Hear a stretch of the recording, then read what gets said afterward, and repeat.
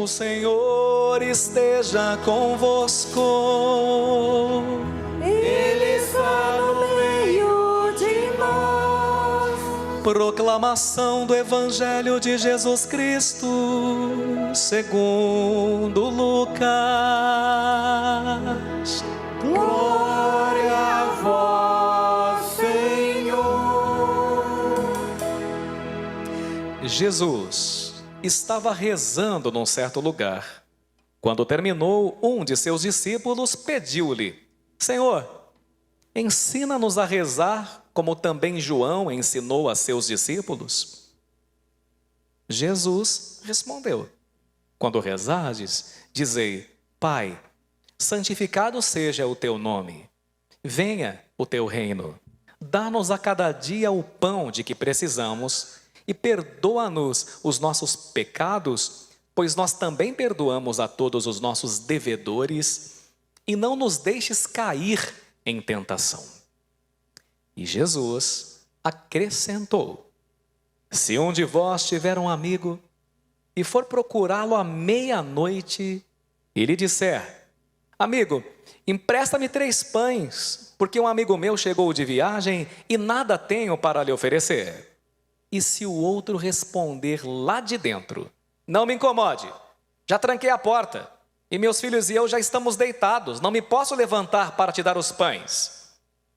Eu vos declaro, mesmo que o outro não se levante para dá-los, porque é seu amigo, vai levantar-se ao menos por causa da impertinência dele e lhe dará quanto for necessário.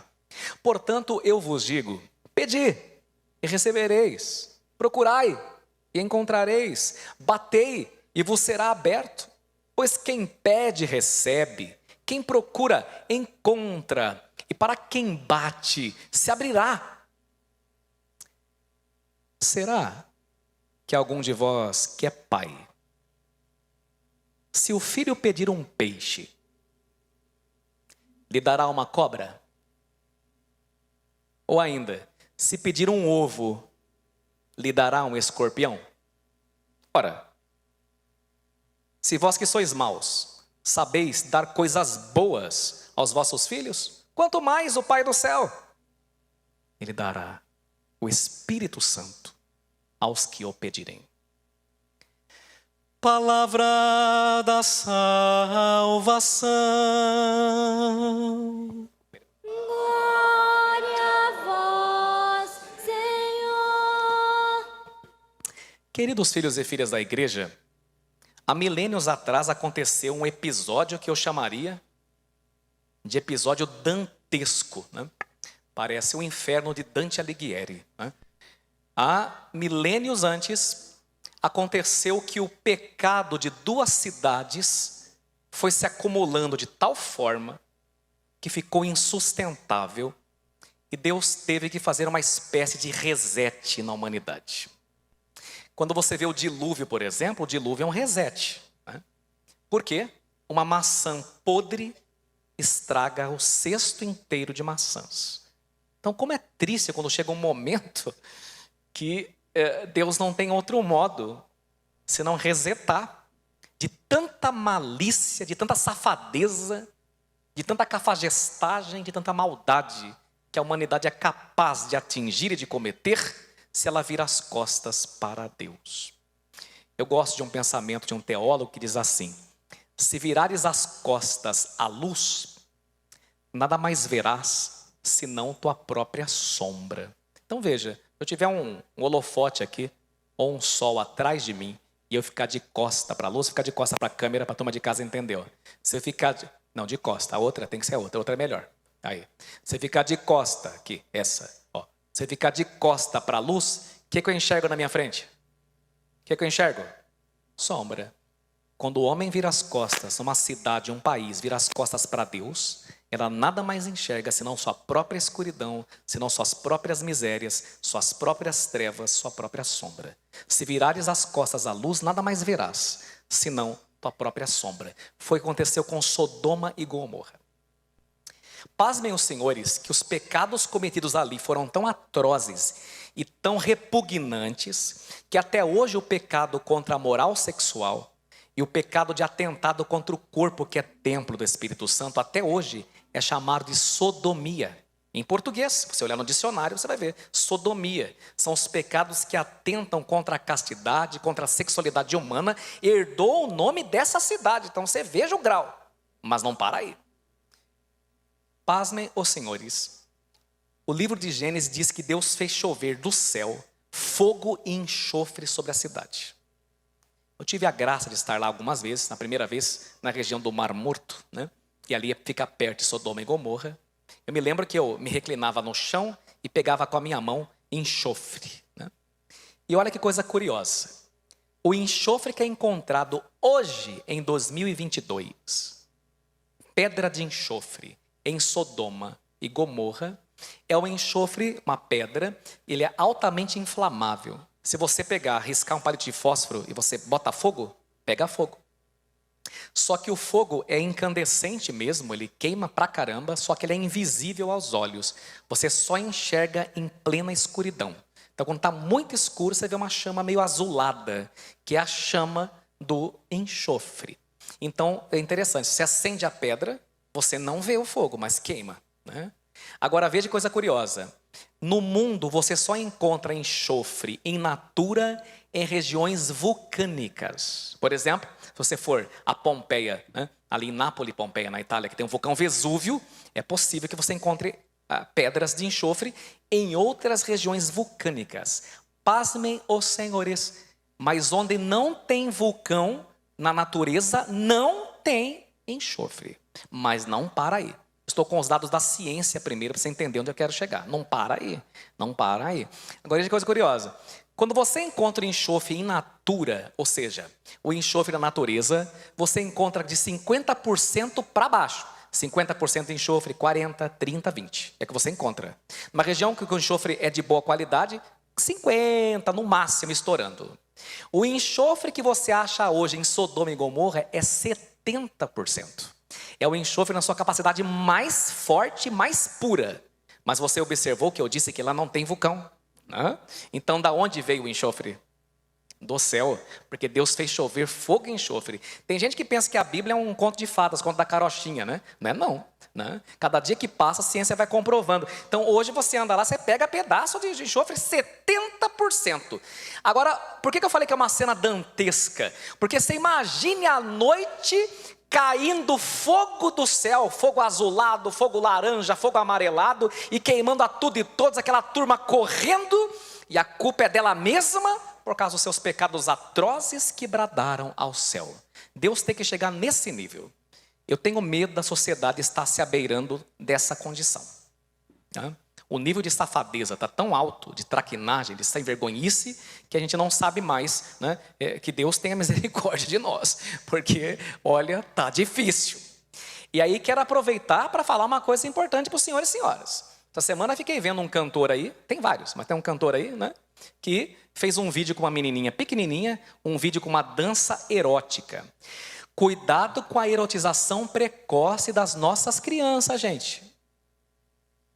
Criança tem que se vestir de criança. Os senhores não percebem, às vezes, a maldade do demônio nas suas casas. Mas eu vejo vocês, pais e mães, vestindo menininha de 5, 6 anos de idade, com mini blusinha, com sainha curtinha. Nem corpo ela tem desenvolvido ainda para mostrar. E se tivesse, mulher tem que mostrar para o seu corpo para o marido, não é para os outros nem para o Instagram. Seu corpo não é para ser colocado no Instagram. Seu corpo não é para ser mostrado para os outros, seu corpo é para o seu marido. Viu? E você, marido, o seu corpo para a sua esposa. Você não tem que ficar exibindo o seu peito de pombo aí, na beira da esquina, né? Não precisa. Mostra para ela. Olha, amor, como eu estou forte. Ai, que lindo. Você está entendendo? Só interessa ao seu marido, não interessa a mais ninguém. Fiquei um pouco vermelho. Mas continuando, né? Deixa eu voltar. Vocês me desconcentram. Deixa eu voltar. Então, veja bem. Agora é sério. Então, veja. Então, a gente, desculpe falar, mas a gente está vendo criancinha, desculpe falar, sendo vestida com roupas de meretrizes. É erotização precoce. Aí você vê essa cena maluca aí de menino de 11 anos engravidando menina de 12, mas muitas vezes a culpa é nossa. Olha as músicas que você coloca para o seu filho dançar. Me lembro quando eu era adolescente, ainda era a turma do tchan na boca da garrafa, né? Mas não mudou muita coisa. Todas as minhas primas e primo que dançou na boca da garrafa, ficou grávida, né? Não deu certo. E cedo ainda por cima, né? Eu era o trouxão, o padreco. Esse não desce. Não desce não, né? Mas deu certo, né? Pelo menos minha vida até que foi certo. Mas... Então, você está entendendo? Então, essa erotização precoce, gente, está fazendo com que a gente perca a pureza das nossas crianças. Criança tem... Menina é vestidinho, é lacinho. E é tão bonita essa fase. Sabe, gente? Para de vestir seus filhos como... Eu não vou nem usar a palavra aqui, que eu não quero ofender. Mas para de vestir dessa forma tão grotesca que vocês estão vestindo os seus filhos de vocês. Pelo amor de Deus, né? E vamos colocar musiquinha bonitinha, né? Coloca a musiquinha de desenho, né? Coloca a musiquinha de catequese. Não coloca essa safadeza que estão fazendo por aí. Estão estragando a pureza das nossas crianças. Hoje tem uma criança de 11 anos com uma malícia de um cara de 18, 19. Mas muitas vezes a culpa é nossa, né? Porque a gente está fazendo isso. Então, cuidado para não transformar nosso país em Sodoma e Gomorra novamente. Para Deus ter que resetar a humanidade é por nossa maldade, é por nossa culpa. Então essa é a primeira observação. Agora a segunda. Então o Abraão, que é nosso pai na fé, observou que falou, não tem outro jeito. Deus vai ter que resetar e vai acabar com tudo com fogo e enxofre. Mas olha que bonito, Abraão começa a interceder. Aí o poder da intercessão, né? Aí ele começa a interceder. Agora só que Abraão, sendo o pai da turma, sabia que a cidade tinha lá mais ou menos 500 mil de habitantes, mas que não tinha nem 50 que prestava. Aí, quando ele fala assim, Senhor, se tivesse 50 justo, em bom português, Senhor, se tivesse 50 que presta, o Senhor destrói todo mundo? Aí Deus olha para ele, acho que Deus sorri, né? Deus, não, Abraão, se tivesse 50 que presta lá, não vou acabar com tudo, não. Aí Abraão, beleza, Senhor, é nóis. Só que Abraão fala assim, acho que não dá 50 não, viu? Eu vou baixar. Abraão começa a fazer pechincha. A primeira pechincha da história é essa. Em Gênesis, Abraão. Ô Senhor, desculpa incomodar, mas assim, e se tiver 45, o Senhor vai destruir todo mundo? Deus, não, Abraão, se tiver 45 que presta, não destruo não. Olha a terceira vez, que bonitinho. Eu acho tão bonitinho. Senhor, que o Senhor não se irrite de eu falar, eu que sou pó e cinza, quem sou eu para mudar uma decisão que o Senhor tomou? Imagina que eu estou querendo dar conselho para o Senhor, mas se tiver 30, Deus, se tiver 30 não, e vai. E aí ele chega em que número? 10. E Deus destruiu ou não destruiu? Não tinha nem 10 que prestava. A coisa estava preta mesmo. Agora, você veja o que aprender disso. Primeiro, o poder da intercessão, né?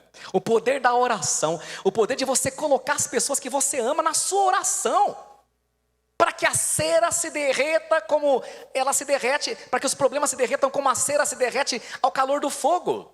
Veja o poder da oração. Se Abraão tivesse abaixado mais do número, provavelmente Deus teria salvo Sodoma e Gomorra sem resetar, porque veja, em Jeremias capítulo 5, versículo 1, repito, Jeremias capítulo 5, versículo 1, está escrito lá, confere depois na sua Bíblia, só que não é Sodoma e Gomorra, é Jerusalém. Deus fala assim, ainda que haja um único justo em Jerusalém, eu pouparia a cidade inteira. Olha aí como Deus é bondade e misericórdia, apesar de nossa safadeza, apesar de nossa fraqueza, apesar de nossos males, ainda que em Jerusalém tenha uma pessoa que preste, eu vou poupar a cidade inteira. Se Abraão tivesse perseverado na oração, talvez Sodoma e Gomorra estava aqui para contar a história. Que hoje você pode visitar Sodoma e Gomorra. Você pode fazer visita guiada a Sodoma e Gomorra. Mas, gente, é horrível. Nada cresce lá. Nem planta, nem nada. E tem uma caverna que parece a garganta do diabo. De horrível que é. E cheio de enxofre. Olha o que virou. Se Abraão tivesse perseverado na oração, provavelmente Sodoma e Gomorra hoje seria um lindo jardim. Mas porque não perseverou, parou aí. Ficou com timidez. Deixa eu parar porque estou incomodando Deus, né? Entende? Não desista. Às vezes as pessoas falam assim para mim, ô padre, eu estou rezando por uma coisa lá, por uma graça que eu quero alcançar, até quando o senhor acha que eu devo rezar? Ó, já fiz novena, fiz trezena. Meu filho, fala comigo. Ore até alguma coisa acontecer. Até alguma coisa acontecer. É assim que você faz. Tem coisas que eu orei para Deus, uma graça que eu pedi de manhã, à noite veio, outras veio depois de um ano, vieram depois de um ano, outras vieram depois de 10. E tem coisa que eu pedi com 9 anos de idade. Estou com 39. Não aconteceu. O que eu faço? Oro até alguma coisa acontecer. Se não aconteceu, glória a Deus. Eu posso pedir para Deus o que eu quiser? Pode. Mas o que Deus vai fazer com a sua oração é problema dele. Entende bem? Então tem coisas que você pede, talvez até você receba um não, mas o não de Deus também é livramento, também é libertação na nossa vida, é cuidar de Deus para nós. Então, como é que eu vou falar para você como que eu treino? Eu faço assim, eu oro, até ver um sinal de fumaça, alguma coisa. Enquanto eu não vejo nada, o que eu faço? Oro. Até quando? Até alguma coisa acontecer. Você está rezando, não aconteceu nada ainda, meu filho? Persevera. Continua, porque é a oração perseverante que atravessa as nuvens e que chega à sala do trono. Não tem outro jeito. E aqui então, nós devemos olhar para os irmãos e irmãs, às vezes de outras denominações, que nos dão verdadeira lição de fé. Por exemplo, você sabe onde está o calo? Sabe onde está o calo do muçulmano? Quem falou? Perfeito. O calo do muçulmano está na testa. Por quê? Embora eles não sejam a religião verdadeira, eles dão um show para nós de disciplina e oração. Eles rezam 5 vezes por dia. De manhã, depois tem um horarinho lá, depois na hora do almoço, depois à tarde e à noite. Eu sei que dá 5. Ao nascer, ao pôr do sol. Mas na hora certa, quando dá o horário, eles podem estar no mercado. Eles pegam o tapete, desenrola e na frente de todo mundo, não quer nem saber. E fica ali com a testa batendo lá, e se humilhando e se quebrantando diante de Deus. O calo do muçulmano está na testa. Às vezes o católico tem vergonha na fábrica de rezar o terço, do outro ver. Tem vergonha de andar com a Bíblia, porque parece um agente da FBI. Ninguém pode saber que ele é católico, que ele é cristão. Que vão pensar de mim. Não, tem que parar de ser católico, agente da FBI. Que é isso aí? Agente secreto da CIA agora? Nós temos que ter santo orgulho de demonstrar nossa fé. Santo orgulho de mostrar em quem nós cremos. O Senhor falou na palavra, se alguém se envergonhar de mim diante dos homens, eu vou me envergonhar dele diante do meu Pai que está no céu. Então, veja, o calo do muçulmano está na testa. Agora, o calo do cristão está onde? No joelho. No joelho. Vou contar para vocês. Esse dia, um amigo meu, eu estava conversando, ele contou para mim uma coisa, eu fiquei com vergonha até. Vou contar para você por quê. Vou contar para você. Veja bem. Vocês sabem que aqui na América Latina, México, Venezuela, na década de 70 e 80 teve um movimento chamado Cristeiros. Quem quiser aprofundar, depois que a missa acabar, ou amanhã, veja no Google. Cristeiros. Os cristeiros foram um grupo de católicos resistentes que mantiveram a fé numa época que os comunistas e socialistas invadiam as igrejas e proibiam de rezar a missa. Os soldados, a turma rezava, gente, a missa com porta fechada, o soldado vinha arrebentando a porta no pé e fuzilava todo mundo que estava dentro da igreja. Isso aconteceu aqui na América, não estou falando de coisa de 2.000 anos atrás, não, estou falando de pertinho de nós. Aconteceu aqui na América. E os cristeiros davam a vida por Jesus. E aí aconteceu, escuta essa, de deixar a mim com vergonha. Aconteceu de um soldado, que estava com o seu fuzil, viu um grupo, tinha um padre, e cerca de 6 seminaristas que estavam passeando, estavam de férias, e o padre não estava vestido a caráter, e nem os seminaristas. E o soldado desconfiou que eles eram católicos, era proibido. Isso há pouco tempo, pertinho de nós. Aí o soldado chegou assim, vocês são cristãos? Na hora eles travaram, não conseguiram falar nem que sim nem que não, porque você, com um cara com uma arma na sua cara, haja, só Santa Filomena falar, pode matar. A gente não está nesse nível ainda, A gente amarela um pouco, Aí eles pararam e travaram, deu bug do Windows, tela azul. Pã. Aí olha o que o soldado falou. Você, para a molecada, levanta a calça. Levanta a calça, obedece aí. Já levou uma saraivada. Levantou a calça, os 6 seminaristas estavam com o joelho marcado. Porque eles adoravam, eles rezavam. Chegou no padre, levanta aí. O joelho do padre estava lisinho. Pegou, matou os 6 na frente do padre e falou, você pode ir embora, você não é cristão. Olha que vergonha. O que aprender disso? Não é porque uma pessoa foi chamada e consagrada como um sacerdote, que ele é fiel, e por isso temos que rezar pelos padres. Porque nós somos revestidos de uma grande autoridade, é verdade, uma autoridade divina, mas nós somos miseráveis pecadores. A palavra diz assim, Trazemos um precioso tesouro em vasos de barro. O padre é um vaso de barro e quebra. Mas o tesouro que está dentro dele é a graça do Espírito Santo. Essa não se quebra, não se perde. Por isso, rezar pelos sacerdotes. Agora veja que bonito. Quando aquele padre viu aqueles 6 rapazes morrendo, esse homem chorava feito uma criança. Ele se arrependeu profundamente e a partir daquele dia se tornou um santo sacerdote. E com certeza porque os 6 que morreram mártires intercederam pela santificação daquele padre. E se fosse você? Será que o soldado ia saber que você é católico pelas marcas do seu joelho? Ou você é uma pessoa que não reza, uma pessoa preguiçosa, uma pessoa que malemar medita a palavra de Deus? Como você quer ver mudança na sua vida se você não se levanta? Se você não batalha na oração, né? Será que as pessoas identificariam você como cristãos? E a mim também? É o momento de se perguntar. Se o caro do muçulmano está na testa, o nosso deveria estar no joelho. Com exceção daqueles que têm problema no joelho e não podem se ajoelhar. Mas eu vejo gente na missa que não tem coragem, jovem, não tem coragem de se ajoelhar na Eucaristia, mas na academia desce até o chão. Eu estou com dor porque fiz perna ontem na Smart Fit. Chega aqui na hóstia, o cara não tem coragem de dobrar o joelho. Né? Você não acredita em nada, você é quase um ateu. Né? Então se converta e crede no Evangelho. Deixa eu contar mais uma. Eu estou só contando. 2 mulheres estavam conversando na varanda. E as mulheres, se não tomar cuidado, elas ficam falando do marido para as outras, comparando ainda por cima. O meu faz isso, o meu. Né? Ainda mais quando vai no salão. Né? Daí, quer saber da vida matrimonial? Vai no salão. Daí, as 2 conversando. E aí uma falou assim, ai, estou desgostosa com o João. Falei, por quê? Displicente, relaxado, não dá atenção, não lembra do nosso aniversário, não lembra do nosso casamento, parou de ir na missa, não dá atenção para a criançada. E agora não sabe, agora foi mandado embora. Foi mandado embora por displicência. Vive no bar jogando bilhar, tomando rabo de galo. Não sai de lá. Ela falou assim, que judiação, puxa vida, vamos rezar por ele. Ela falou assim, olha, eu lamento muito por você, mas não posso reclamar do José. Ela falou, por quê? O José é um presente de Deus para mim. Olha, atencioso. Eu vou a uma missa de Santa Filomena domingo às 10 da manhã. Fica comigo no banco, né? Trabalhador. Reza o terço. A gente, à noite, tem dia que eu faço a janta, ele lava. Tem dia que ele lava, eu faço a janta. A gente divide as tarefas de casa. Olha, eu tenho que agradecer a Deus ajoelhada pelo marido que eu tenho.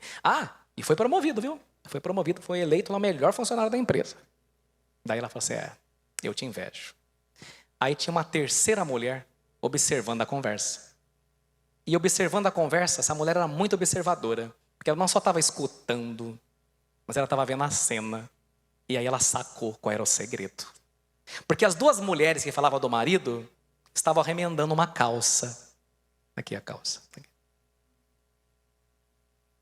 A que falou que o marido era maravilhoso, fantástico,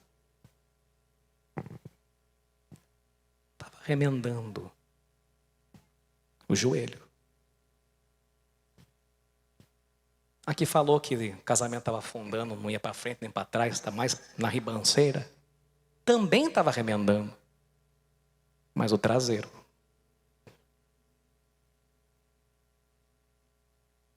Porque tem gente que se ajoelha e faz acontecer através da oração. E tem gente acomodada que vive sentado e nada acontece em sua vida porque não aprendeu a batalhar na oração. Entendeu a diferença? Se você quer ver as graças de Deus sendo derramadas na sua vida, você tem que se tornar um homem ou uma mulher de oração. E para concluir, o Catecismo da Igreja Católica, a partir do parágrafo 2000, nos ensina que tem 5 tipos de oração. Mas eu percebi que os católicos não sacam muito não. Então, vamos ensinar. 5 tipos, para terminar, vamos lá. Quais são os 5 tipos de oração? Vamos lá. A primeira, comigo. Oração de bênção e de adoração. Oração de bênção e adoração. O próprio nome está dizendo. A oração de bênção diz respeito primeiramente aos sacerdotes, diáconos e bispos, porque nós somos consagrados para abençoar. Mas a palavra de Deus dá uma ordem para nós no Antigo Testamento. Diga comigo, sê tu uma bênção. Se tu uma bênção. Então você está aqui nessa terra para ser uma bênção e para abençoar os outros. Você tem que ser uma pessoa que bendiz. Então nós temos que voltar àquele costume que está se perdendo na cidade grande, do pai e da mãe abençoar seus filhos e dos filhos tomarem a bênção de seus pais. Porque a palavra diz em Eclesiástico: a maldição de uma mãe arrasa até os alicerces da casa. Olha o que diz a palavra: a maldição de uma mãe arrasa até os alicerces da casa. Há 10 anos atrás, eu estou fazendo, graças a Deus, 15 anos de padre aqui, né? Há 10 anos atrás, eu não via mais criançada botando a mãozinha para pedir bênção. Agora está voltando. Graças a Deus. E o que eu estou achando bonito, criancinha de 3 aninhos, de 2 aninhos, e às vezes até de 1, que nem tem consciência. Está no colo da mãe, o padre chega e faz assim. Sinal que tem um pai e uma mãe de verdade, não banana. Porque é de pequeno que se torce o pepino. Depois que o pepino cresce, meu filho, só para desentortar só o Espírito Santo. É de pequeno. Ensinar já a dar a benção. Você que já está marmanjão, passou dos 18, 19, 20, não tenha vergonha de fazer esse gesto, o seu pai e sua mãe. Não tenha vergonha. É a coisa mais linda de se ver. Eu sempre fico emocionado quando vejo um marmanjão juntando as mãos e pedindo a benção do pai. Meus olhos marejam. Né? Tem que voltar a isso. Nós temos que voltar a abençoar. Você que é casado e casada. O Papa João 22 concedeu indulgência parcial para o marido que beija a aliança da sua esposa. Para a esposa que beija a aliança do seu marido. Além de você estar santificando o sacramento do matrimônio, você está recebendo indulgência parcial se não tiver em pecado grave. Olha que coisa mais linda. Sabe que você tem noção que você casado pode abençoar sua esposa? E você esposa deve e pode abençoar seu marido? Pelo sacramento do matrimônio, gente do céu. Vocês pais, botar a mão na cabeça dos filhos de vocês quando estão doentes e implorar a cura. Vocês são muito tímidos na fé. Vocês são muito tímidos na fé.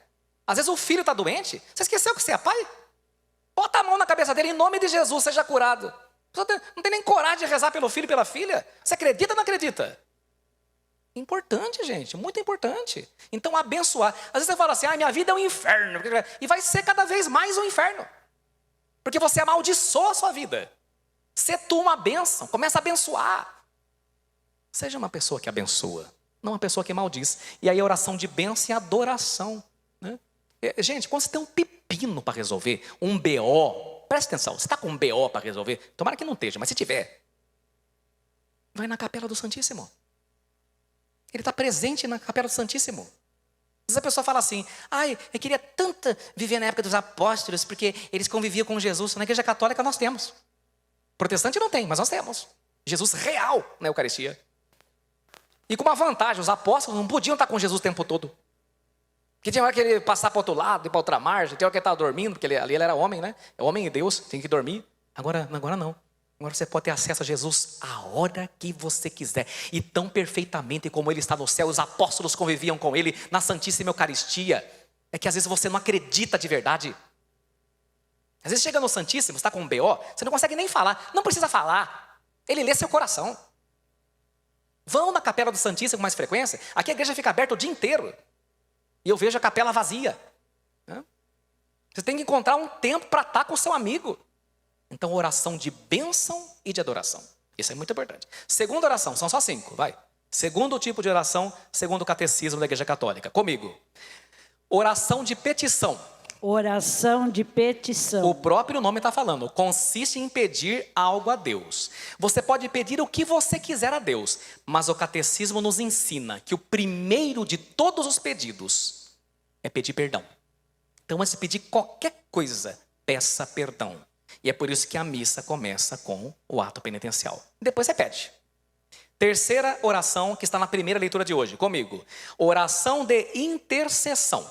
Oração de intercessão. O catecismo diz assim: interceder, pedir a favor de outrem, é próprio desde Abraão de um coração conforme com a misericórdia de Deus. No tempo da igreja, a intercessão cristã participa na de Cristo. É a expressão da comunhão dos santos. Na intercessão, aquele que ora não olha para os seus próprios interesses, mas aos interesses dos outros, Filipenses 2,4. E chega até mesmo a rezar pelos que lhe fazem mal, parágrafo 2635. Quarta oração, comigo. Oração de ação de graças. Oração de ação de graças. Oração de ação de graças é por excelência aqui onde você está agora. É a Santa Missa, a oração mais poderosa que existe. Depois da missa, a oração de ação de graças consiste em ser uma pessoa grata. Você tem que ser uma pessoa grata. É importante dizer durante a semana, por vezes ao dia, quando acontece principalmente uma coisa gostosa, aquela coisa que te fez bem e você sorri sozinho dentro do seu carro, aquele sorriso, sabe aquele sorriso que você dá sozinho, porque você gostou daquilo que aconteceu? Você fala, sou grato, eu sou grato. Você é mulher, sou grata. Quanto mais você diz que você é grato, mais Deus te abençoa. Quanto mais mal agradecido você é, mais empacada a sua vida fica. Diga com frequência, sou grato. Às vezes quando a água do chuveiro quente cai no seu corpo, que é uma raridade no mundo hoje, água quente. Se você fala que você está aqui no Brasil, a gente vê os outros padres fazer missão lá fora, toma, não tem água quente não. Água quente cai no seu corpo, quando ela toca seu corpo, sou grato, Senhor, eu sou grato. Lembre-se, quando Jesus curou 10 leprosos, quantos voltaram para agradecer? 1.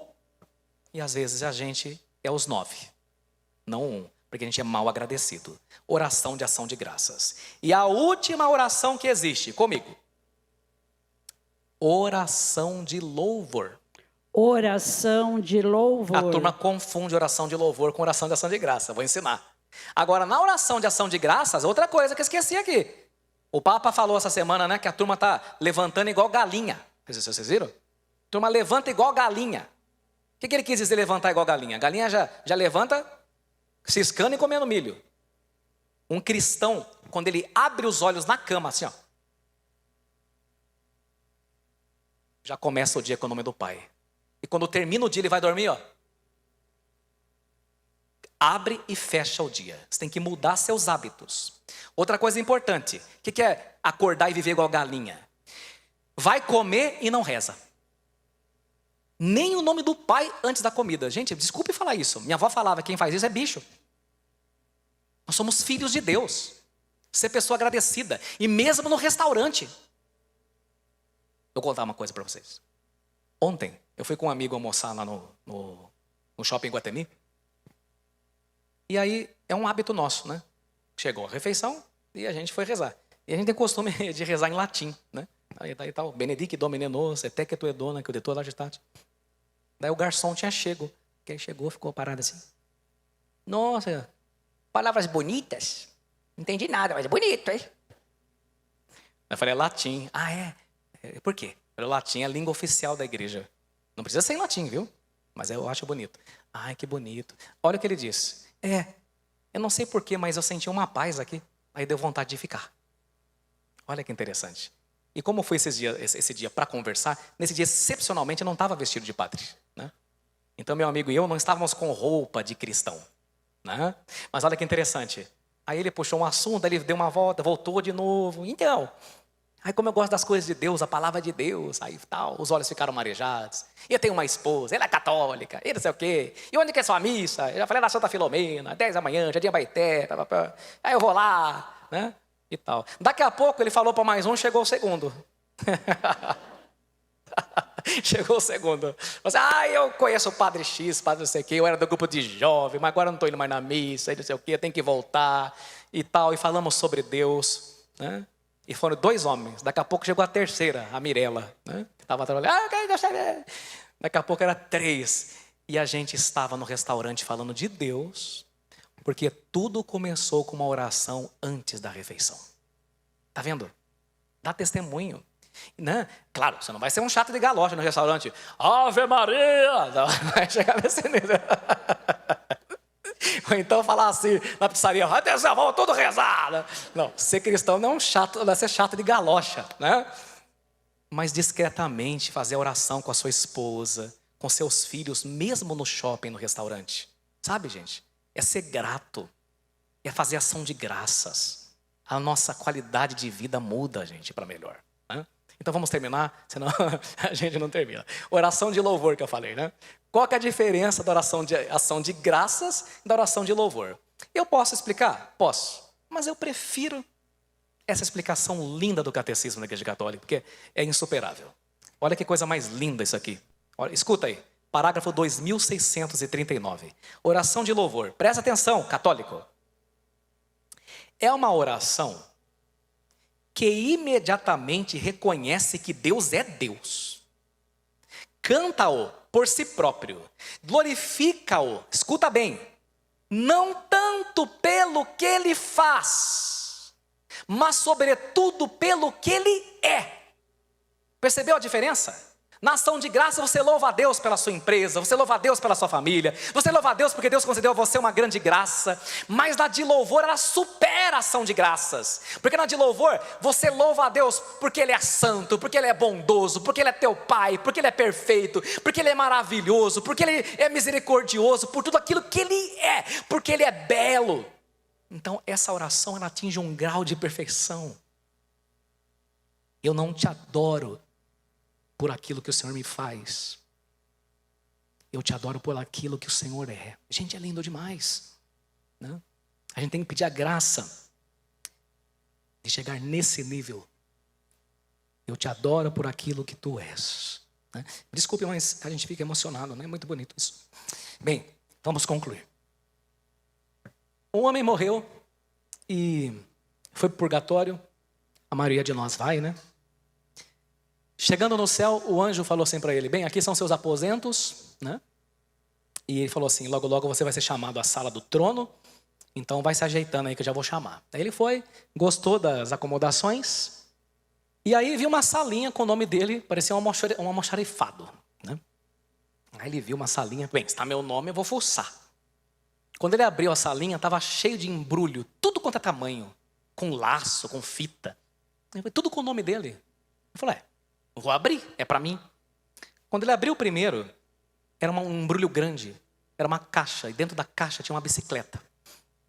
Ele falou: isso é bicicleta? Eu pedi quando eu tinha 7 anos de idade.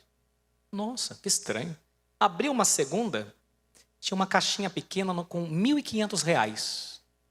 Ele falou: pera lá, R$1.500?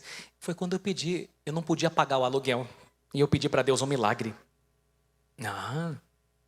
Abriu uma outra, tinha um contrato de uma empresa. Ele falou: nossa, queria tanto trabalhar nessa empresa, o que o contrato está fazendo aqui? Abriu um outro, tinha escritura de uma casa passada no nome dele. Ele falou: não acredito. No bairro que eu queria, no condomínio que eu queria. Como assim? E ele foi abrindo aquilo, aquele monte de presente. Quando o anjo chegou, falou: bem, você vai ser chamado agora então à sala do trono. Ele falou assim: tá, mas só uma coisa. Eu encontrei aqui num almoxarifado um monte de graças que eu pedi quando estava na terra, mas eu nunca recebi. E agora no céu, o que eu vou fazer com a bicicleta, né? Com a escritura, com o emprego da Toyota, o que eu vou fazer com esse negócio, né? Aí o anjo falou assim: sim, são graças, né? Que você pediu quando estava na terra. Elas foram todas concedidas. Mas por que está aqui? E o anjo respondeu: você nunca foi buscar? Então elas ficaram armazenadas, porque o que Deus dá, Deus não toma, é teu. Ele falou: mas eu agora que eu não entendi. E onde então que eu deveria buscá-las? Perguntou o homem indignado e surpreso. E o anjo respondeu: em vários postos de entrega que Deus coloca em cada esquina das suas casas, lá na terra, que são as paróquias, os santuários, as igrejas. Mas vocês vivem tão distraídos e ocupados que acabam não as recebendo. Então elas ficam guardadas aqui. Conclusão: pedi e recebereis, buscai e achareis, batei e a porta vos será aberta. Talvez você tenha recebido muitas graças, e até algumas que você nem imagina. Mas talvez também você não tenha recebido materialmente essas graças. Porque com que frequência você tem vindo à casa de Deus para buscá-las? Há vários postos de entrega, bem pertinho da tua casa. Mas se você não levanta e não vai até elas, você não as recebe.